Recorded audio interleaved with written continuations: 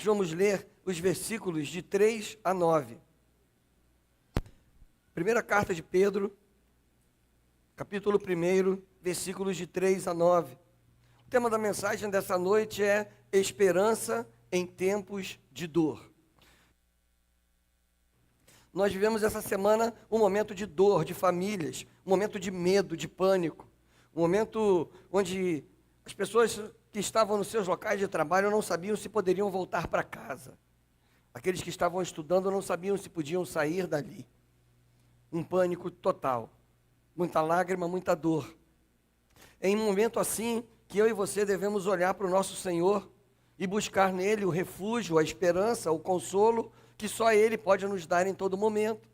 Às vezes o sofrimento não está em algo que aconteceu através da violência, mas uma enfermidade na sua família, um problema financeiro, um problema de relacionamento, uma dificuldade acontecendo em que o seu coração e o meu coração sofrem, sentem dor, perdem ali, muitas vezes ali, aquela segurança, aquela paz que excede todo o entendimento. Quando Pedro ele escreve essa carta aos nossos irmãos, que estavam enfrentando um problema muito sério de perseguição naquele tempo. E Pedro escreve essa carta para encorajar a mim e a você, encorajar aqueles irmãos. 1 Pedro, capítulo 1, a partir do versículo 3, diz assim, 1 Peter, chapter 1, from 3 to 9, a palavra de Deus diz: bendito seja o Deus e Pai de nosso Senhor Jesus Cristo. Conforme a sua grande misericórdia, Ele nos regenerou para uma esperança viva, por meio da ressurreição de Jesus Cristo dentre os mortos.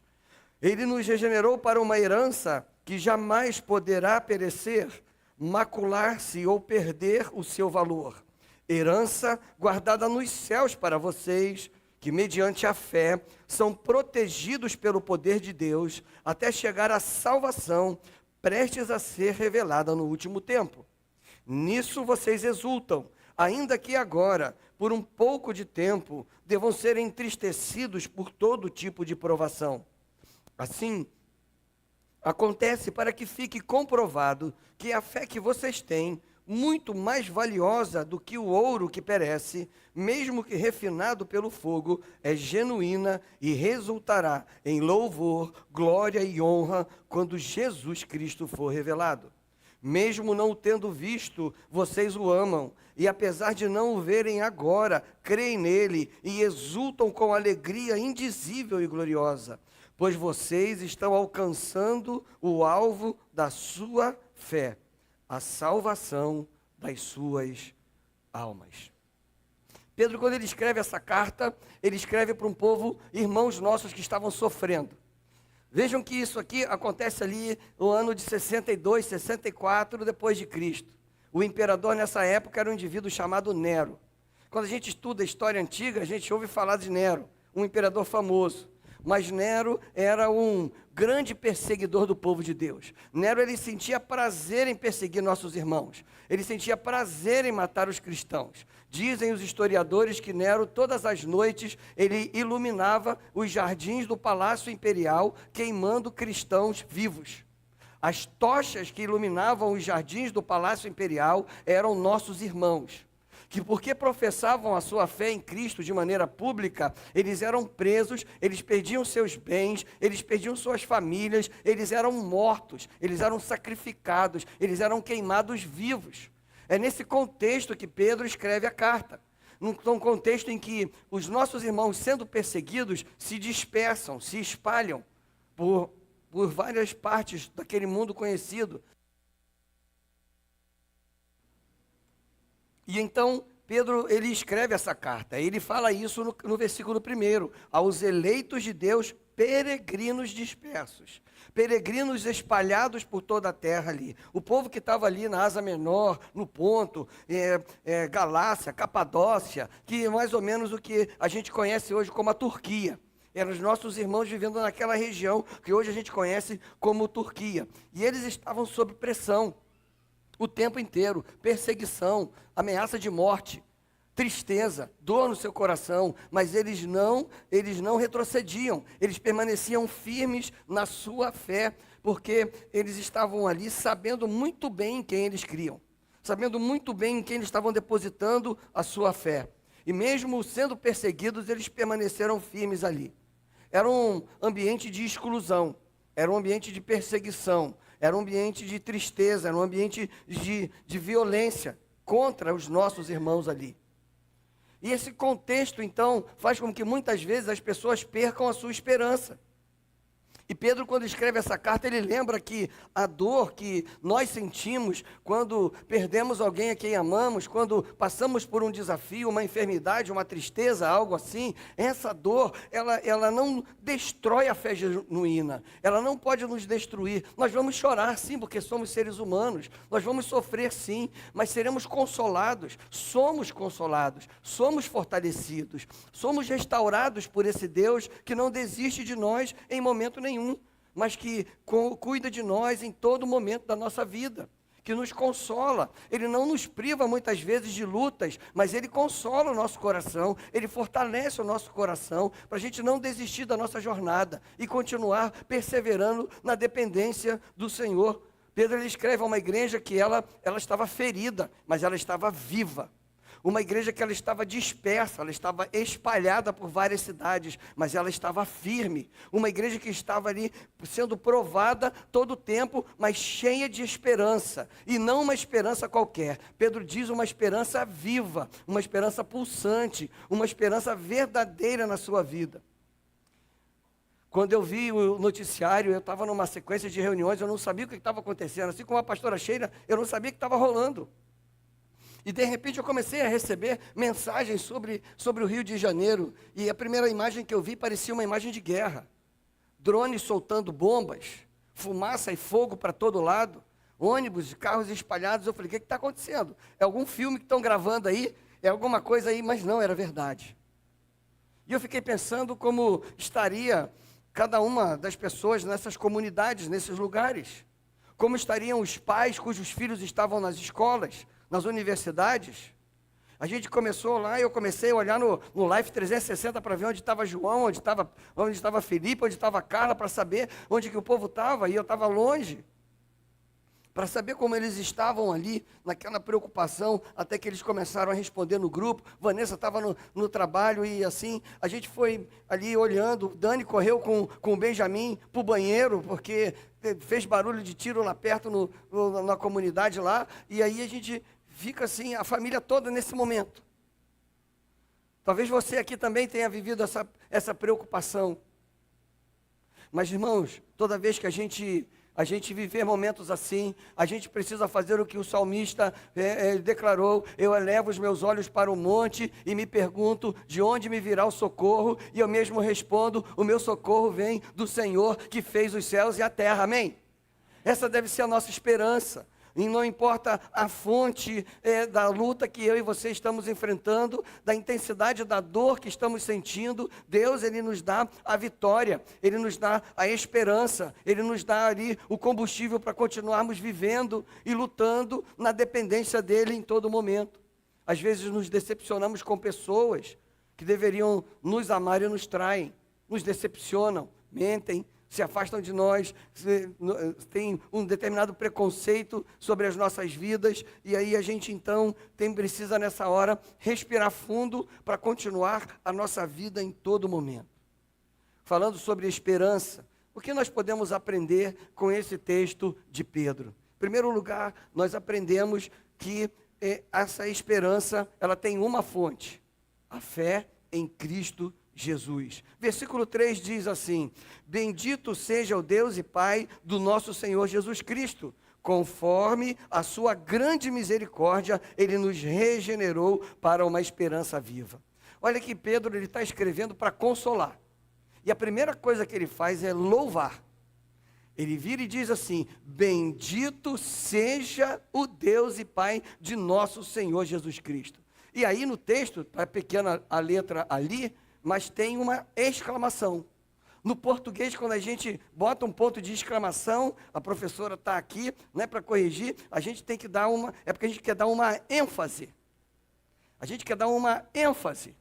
E se então a palavra de louvor, e Pedro está dizendo, bendito, ele está dizendo bem, mais ou menos assim, a gente vai ler, bendito seja o Deus e Pai de nosso Senhor Jesus Cristo. É assim a entonação. Ele começa essa carta de consolo louvando e adorando a Deus. Porque não importa as circunstâncias que eu e você estivermos enfrentando, nós devemos louvar ao Senhor, adorar ao Senhor, porque a fonte da nossa esperança é a fé em Cristo Jesus. Antes dele começar a consolar os crentes, Pedro ele começa adorando ao Senhor. Antes dele explicar a fonte da esperança, antes dele explicar tudo mais, ele começa a adorar o Senhor. E eu lembro de uma canção que a gente gosta de cantar, que diz assim, então louve, tá, simplesmente louve, tá chorando louve, precisando louve, tá sofrendo louve, não importa louve, seu louvor invade o céu. Deus vai na frente, abrindo o caminho, quebrando as correntes, tirando os espinhos, ordena os anjos para contigo lutar. Ele abre as portas para ninguém mais fechar. Ele trabalha para o que nele confia, caminha contigo de noite e de dia. Erga suas mãos.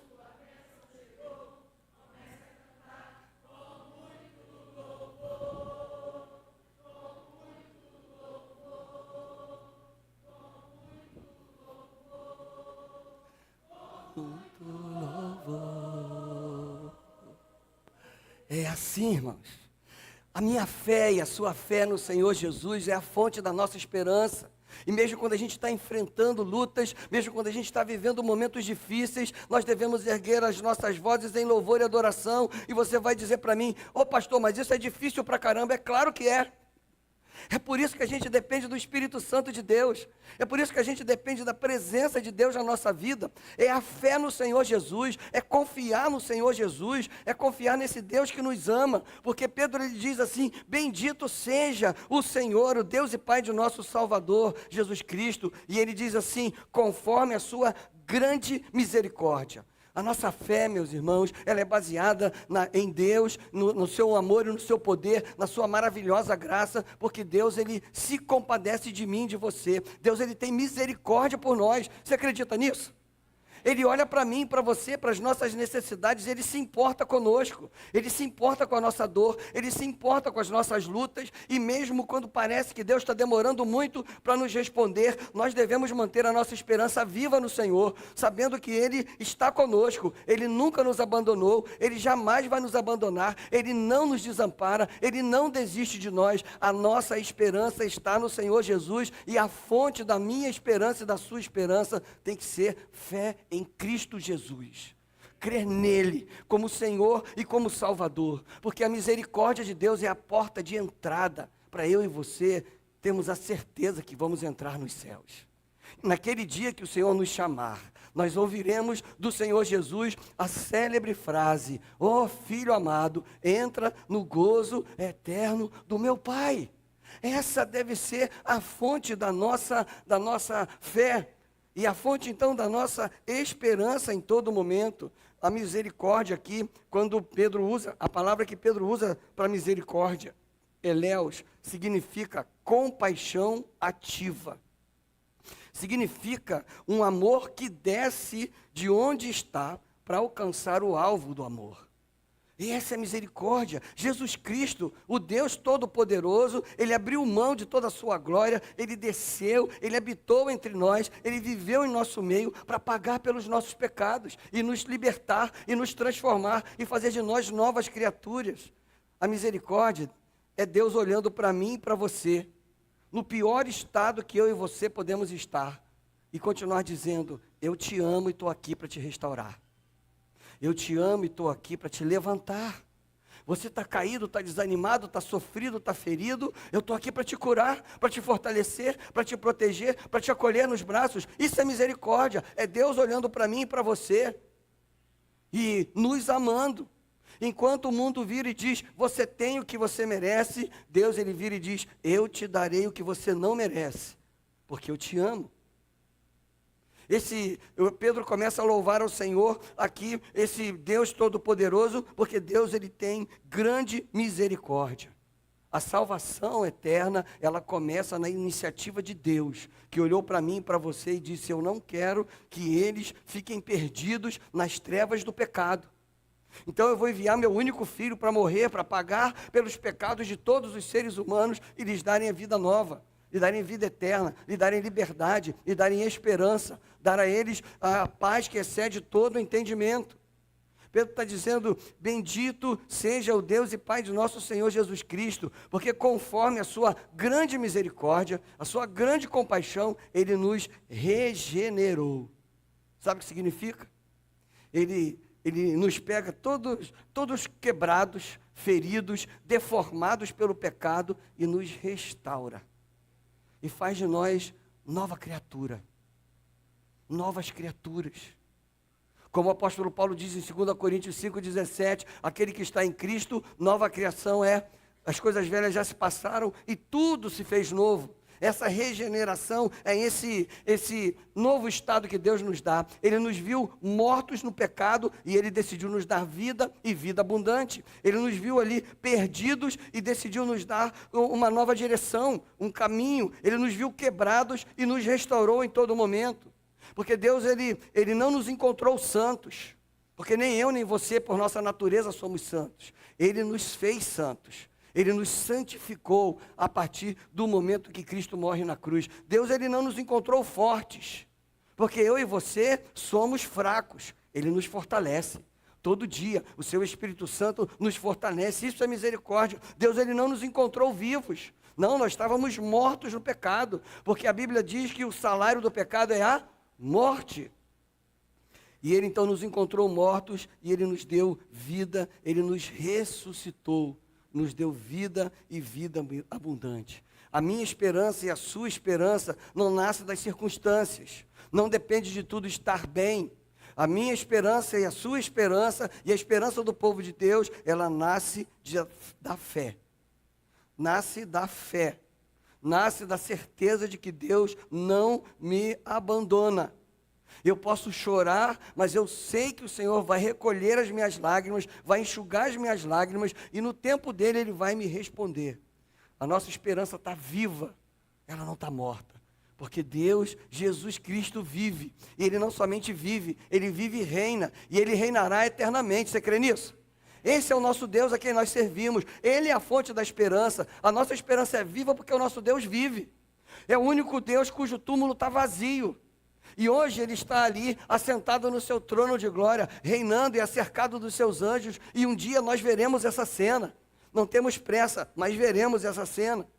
Quando Pedro diz aqui, Ele nos regenerou, ele usa aqui uma palavra que significa fazer nascer de novo.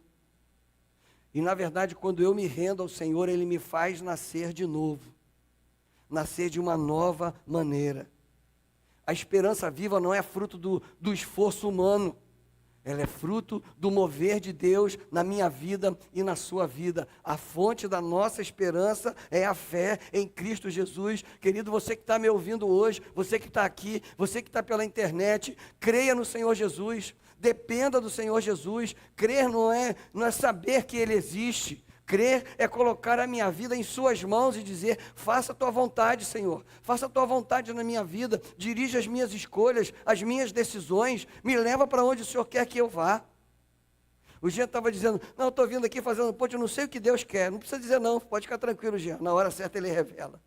E quando Ele revela, e a gente está vivendo o centro da vontade de Deus, a gente diz assim: é o melhor que eu posso viver.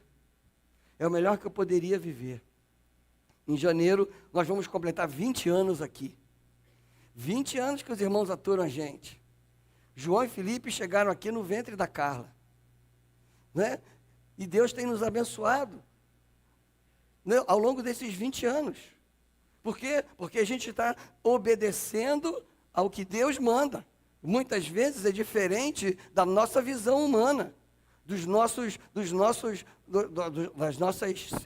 dos nossos critérios para dizer que isso é bom ou não, mas quando a gente vive a dependência do Senhor, a gente vive então essa vontade boa, agradável e perfeita do Senhor que se revela na nossa vida. Pedro está dizendo, vamos louvar ao Senhor, porque Ele tem misericórdia por nós, Ele nos fez nascer de novo, Ele nos regenerou, Ele nos dá uma esperança que não morre, uma esperança que não se abate, uma esperança que não acaba, uma esperança que é viva, uma esperança que é eterna. Essa esperança que vai viver por todo o tempo, e não é uma esperança qualquer, é uma confiança, é uma expectativa confiante, é a certeza de eu estar seguro nas mãos daquele que me protege, daquele que me ama e que cuida de mim.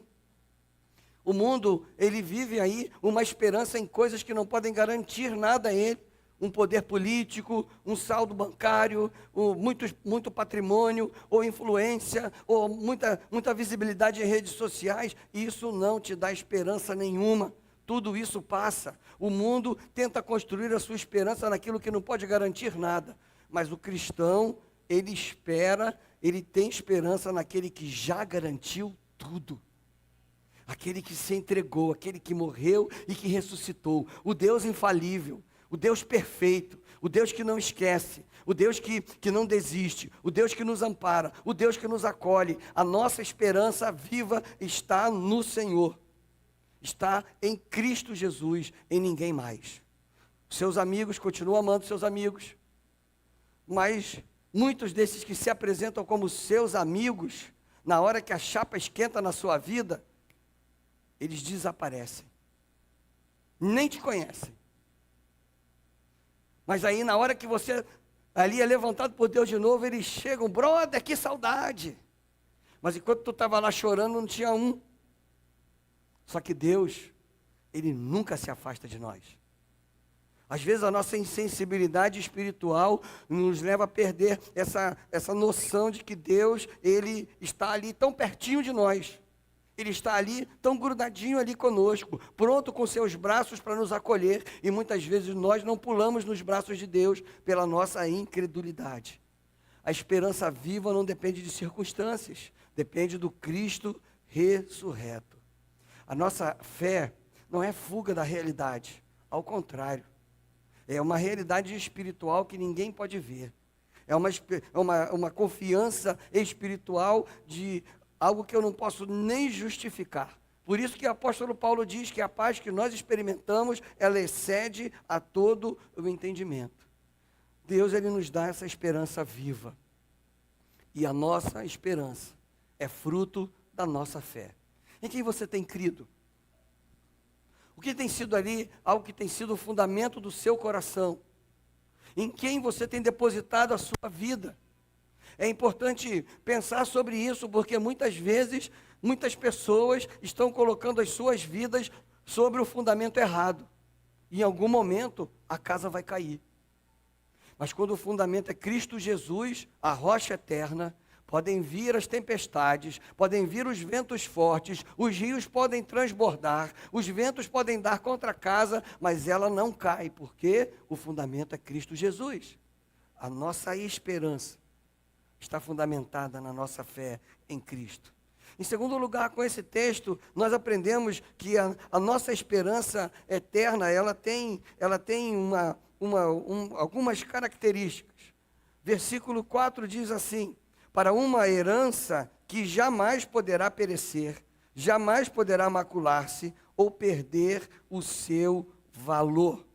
Essa herança eterna que eu e você recebemos aqui, é um termo usado aqui, é uma posse que eu recebo por direito de filiação. É aquilo que eu tomo, que eu recebo, porque eu sou filho. Isso só acontece com aqueles que são filhos de Deus. E a Bíblia identifica quem são os filhos de Deus. João capítulo 1 diz assim: aqueles que creram, aqueles que o receberam, esses tiveram direito de serem chamados filhos de Deus. Então essa herança aqui, essa herança viva, ela é especificamente para quem crê no Senhor Jesus, para quem o recebe como Senhor da sua vida e tem o direito de filho. E a Bíblia diz que eu e você somos filhos amados de Deus. Essa herança eterna, ela está guardada nos céus. Os guardiões celestiais é que estão guardando essa herança para nós. Mas Pedro ele diz que essa herança, ela tem algumas características. A primeira delas, ele diz assim, uma herança que jamais poderá perecer. O termo usado aqui, uma herança incorruptível. Uma herança que não pode ser destruída. Tudo nesse mundo que nós vivemos, irmãos, é transitório, mas essa esperança, ela é eterna e imutável. Essa esperança, então, aqui, que não poderá perecer. Mas, em segundo lugar, ele diz que essa esperança, ela não poderá ser maculada. Palavra amiantos, que significa pureza absoluta.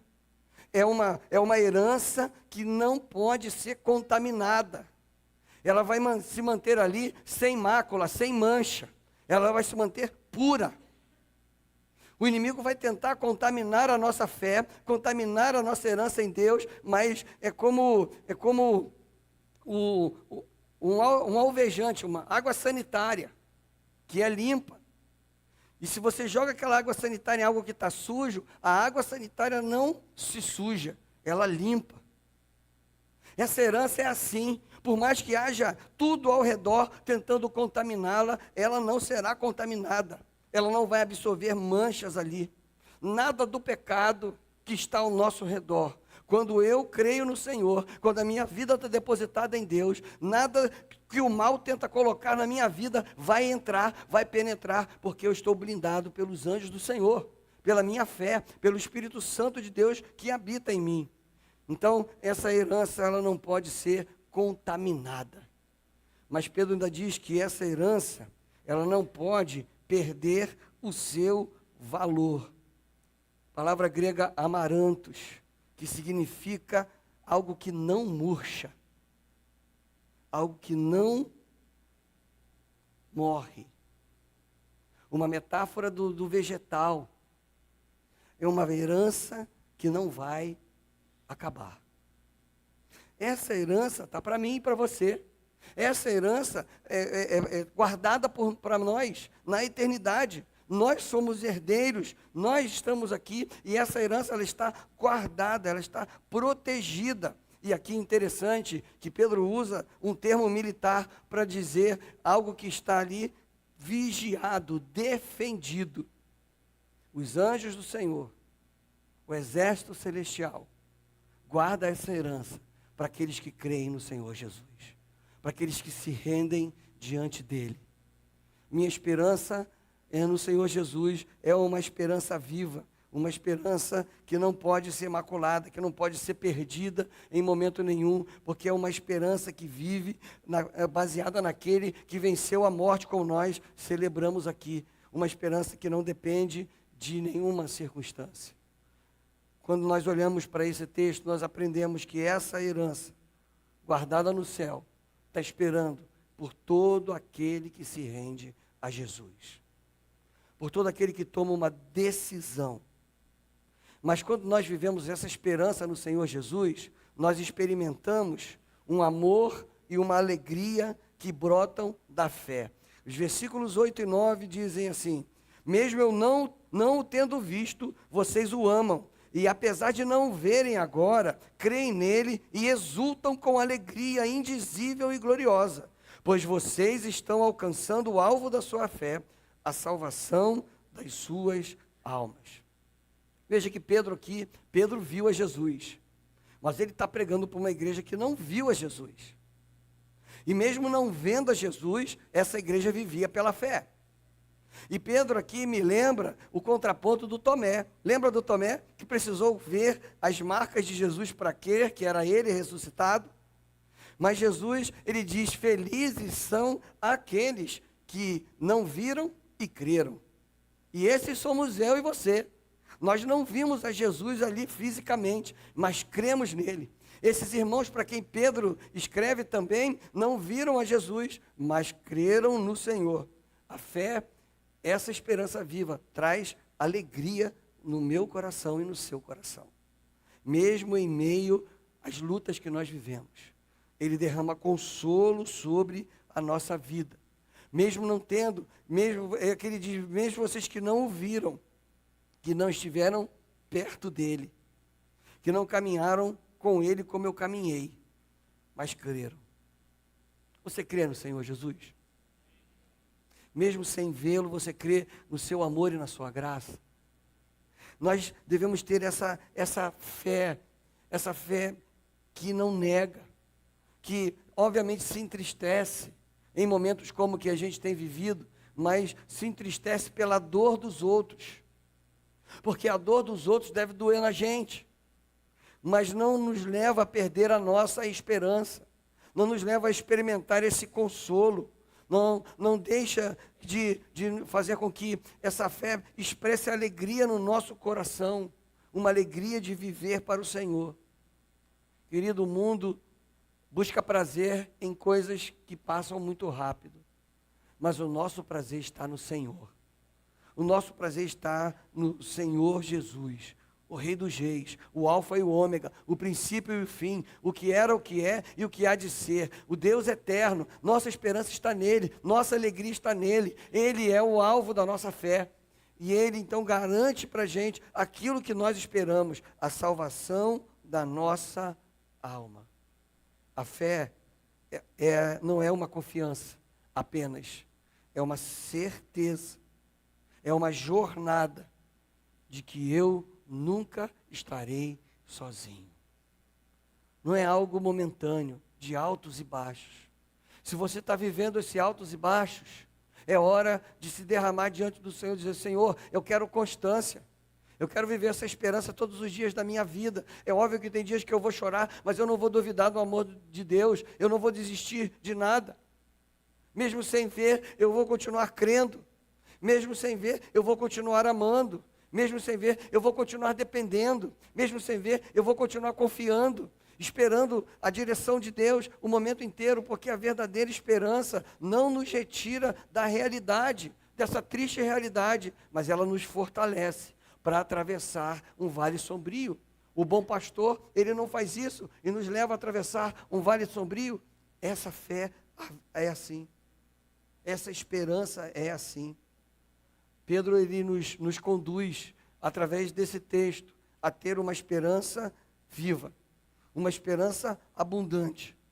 A igreja estava ferida, a igreja estava com medo, a igreja estava com dor, mas ele diz: a sua esperança não morre, a sua esperança é viva.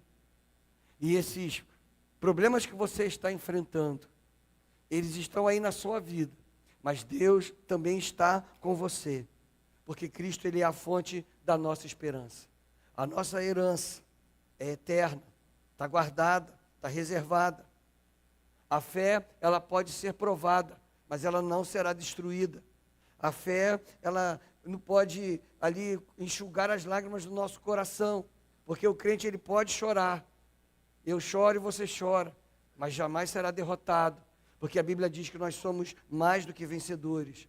A esperança, ela pode ser atacada, e ela é atacada. A sua esperança, ela é atacada todos os dias.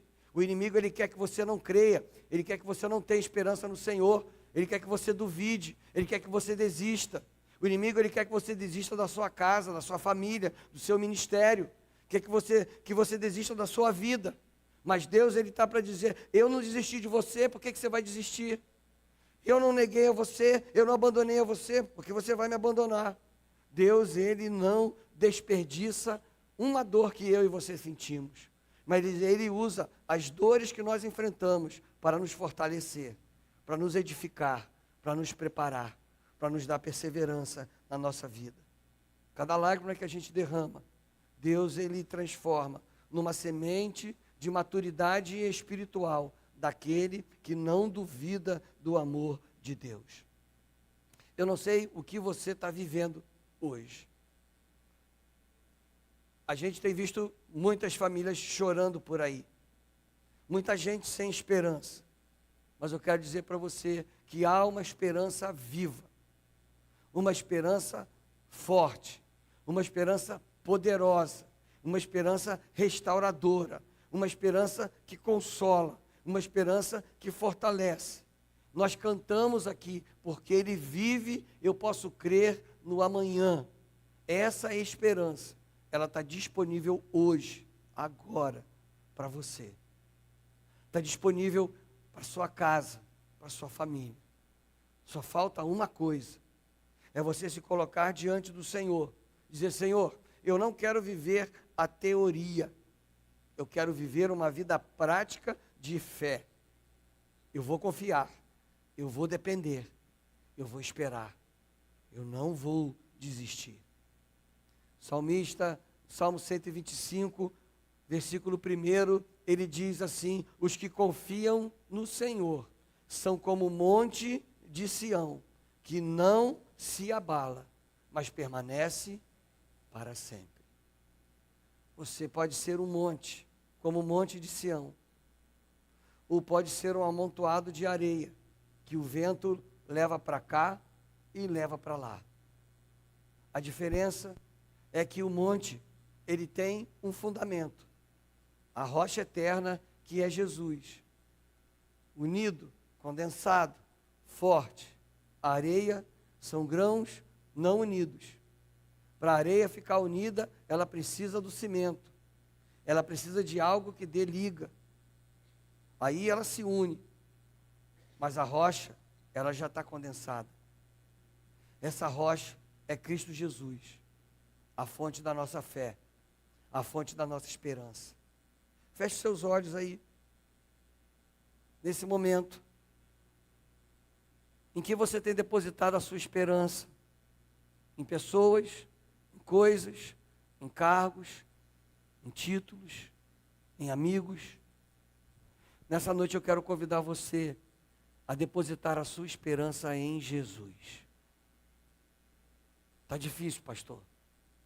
Então venha aos pés da cruz, se coloque diante do Senhor, dizendo: Senhor, eu quero crer, eu quero depender do Senhor, eu quero depender só de Ti. Talvez você tenha entrado aqui a ponto de desistir, talvez do seu casamento, da sua família, desistir da sua trajetória com Jesus, desistir do seu ministério, talvez de enterrar aí os dons que Deus te deu. E Deus está dizendo para você nessa hora: vem, não desista, mantenha viva essa esperança. Talvez você pela primeira vez, nessa noite, vai declarar: eu quero entregar a minha vida para Jesus. Eu quero hoje sair daqui com essa esperança que não se abala. Eu quero sair daqui consolado, fortalecido. Talvez você seja alguém que já entregou a sua vida para Jesus, mas nos últimos tempos tem caminhado meio distante do Senhor. E hoje, Deus está te chamando para renovar a sua aliança com Ele. E dizer: eis aqui a minha vida, Senhor. Eu quero renovar o meu compromisso contigo. Eu quero voltar a caminhar com o Senhor. Eu quero voltar a confiar completamente em Ti. Senhor, às vezes eu me sinto tão fraco e tão abalada que a minha vontade de desistir de tudo. E Deus está te chamando nessa noite. Confia em mim, dependa de mim, experimente essa esperança em mim. Deus, Ele está aqui pronto para te receber, pronto para te acolher, pronto para acolher a sua casa, proteger o seu lar, restaurar seu casamento, dar a você as forças para lutar pela sua família em todo momento. Está sem esperança? Olhe para Jesus, espere nele, confie nele, dependa dele. Nós vamos cantar uma canção que declara: eu vou construir a minha vida em Ti, Senhor, jamais serei abalado. Se você quer dizer isso para o Senhor: Senhor, eu quero construir uma vida em Ti. Senhor, eu quero que o meu casamento seja assim, o meu namoro, o meu noivado seja assim, edificado em Ti. Eu quero renovar a minha esperança, Senhor. Então, eu quero convidar você para vir aqui à frente. Eu vou encerrar esse momento orando pela sua vida. orando para Deus renovar a esperança no seu coração. Está precisando de consolo? Deus tem. Está precisando de força? Deus tem. Está precisando de sabedoria? Deus tem. Está precisando de poder e autoridade? Deus tem. Está precisando de direção? Ele é a direção. Está precisando de um caminho? Ele é o caminho. Tudo é Ele, ninguém mais. Nós não vivemos para ninguém mais que não seja Jesus. Se você tem vivido para você mesmo, se você tem vivido para as mágoas e ressentimentos, se você tem vivido para as decepções, isso tem feito você enterrar a sua esperança, enterrar a sua alegria, enterrar os seus dons e talentos. É hora de tudo isso voltar à tona. E quem vai fazer isso? Jesus. Só basta você colocar a sua vida e dizer: toma a minha vida, Senhor, me ajuda, eu quero lutar, Senhor, eu não sei como, eu já perdi as esperanças, Senhor, renova a minha esperança, Senhor. Nós vamos cantar. Eu quero convidar você a se colocar em pé. Vamos encerrar o culto com esse louvor, e enquanto nós estivermos cantando, se essa é a noite de você pedir ao Senhor esperança, consolo, sabedoria, força, saia do seu lugar e venha. Se nesta noite você quer pedir o seu batismo, saia do seu lugar e venha. Teremos batismos em dezembro. É a hora de você sair e vir enquanto nós estivermos cantando. Já tem gente aqui à frente se rendendo ao Senhor. Você pode sair e vir também.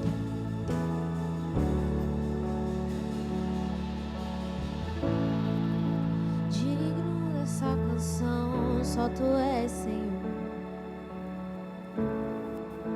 Digno do meu louvor, só Tu és, Senhor. Digno da minha vida, Tu és, Senhor.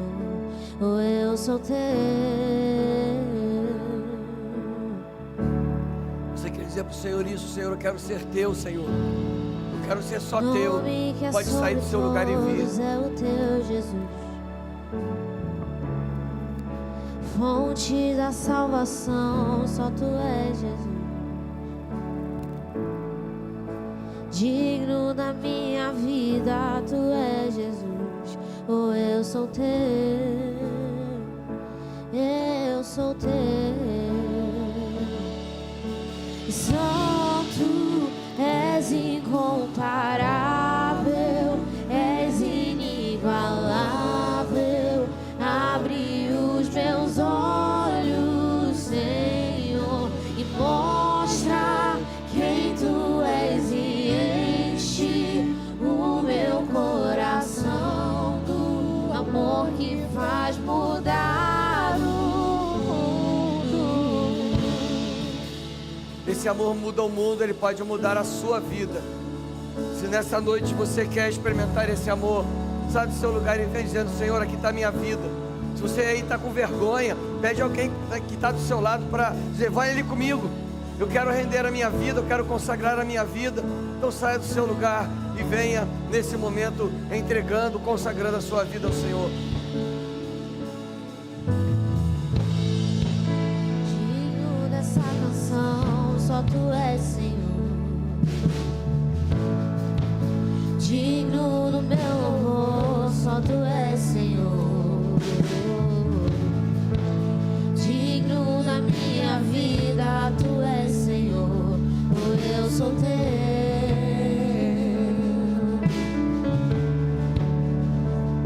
Esse nome Que é sobre todos é o Teu, Jesus. Fonte da salvação, só Tu és, Jesus. Digno da minha vida, Tu és, Jesus. Oh, eu sou Teu.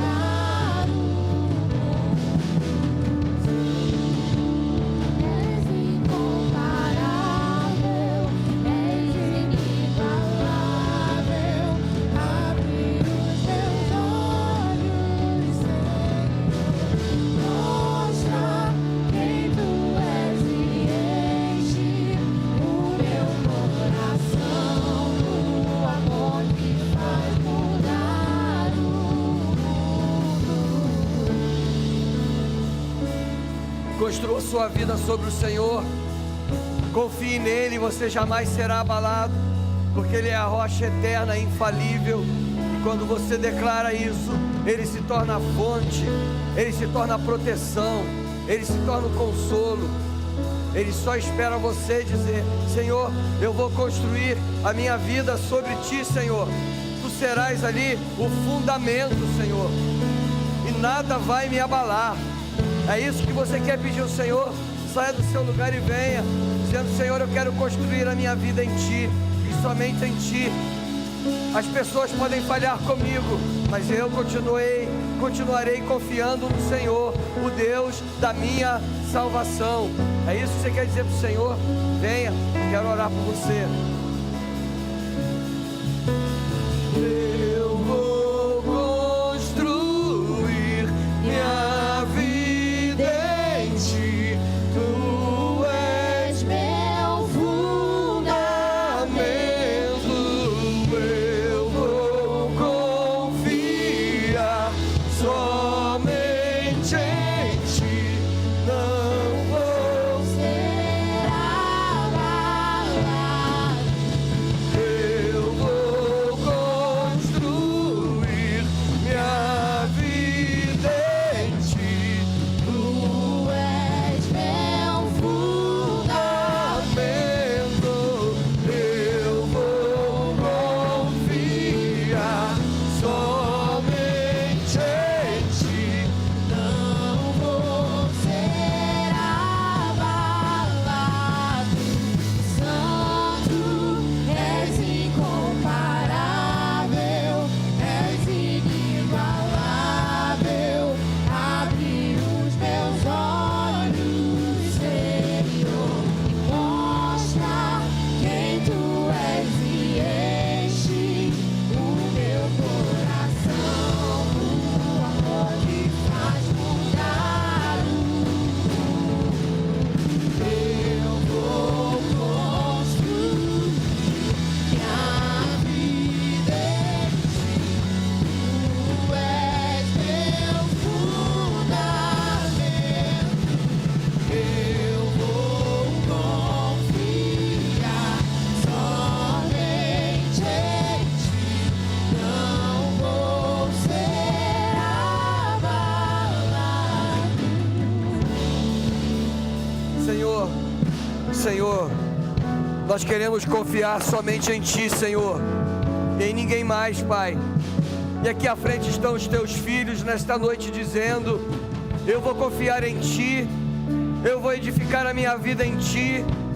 Não quero mais ser abalado, Senhor. Quero que o Senhor seja o fundamento da minha vida. Deus, o Senhor é Deus onisciente. O Senhor sabe o que cada um está colocando diante de ti agora. O Senhor também é Deus onipotente, e nenhuma luta pode superar o teu poder. Ó Deus, os teus filhos estão aqui renovando nesse momento contigo um voto, Deus, de dependência, de fé, de confiança. Toma a vida dos teus filhos em tuas mãos, não somente deles, mas de cada um de nós que está aqui. Ó Deus, muitos que não vieram à frente, mas em seus lugares estão, Senhor, colocando suas vidas diante de ti. Aqueles que estão conosco pela internet. Ó Deus, o Senhor é Deus onipresente. O Senhor está aqui nesse lugar. O Senhor está em todo lugar que deseja estar. O Senhor está em cada lar que se abre agora. O Senhor estará conosco por onde formos. Nós dependemos de ti, confiamos em ti, Pai. Que a nossa esperança em todo o tempo, Deus, seja depositada em tuas mãos. Cuida de nós, Senhor. Perdoa, Deus, as nossas falhas. Obrigado por esse tempo juntos de celebração ao teu nome. Abençoe o nosso caminho de volta aos nossos lares. E nessa semana que começa hoje, usa as nossas vidas para que outros também tenham a esperança viva no teu Filho Jesus. Cuida de nós, Pai.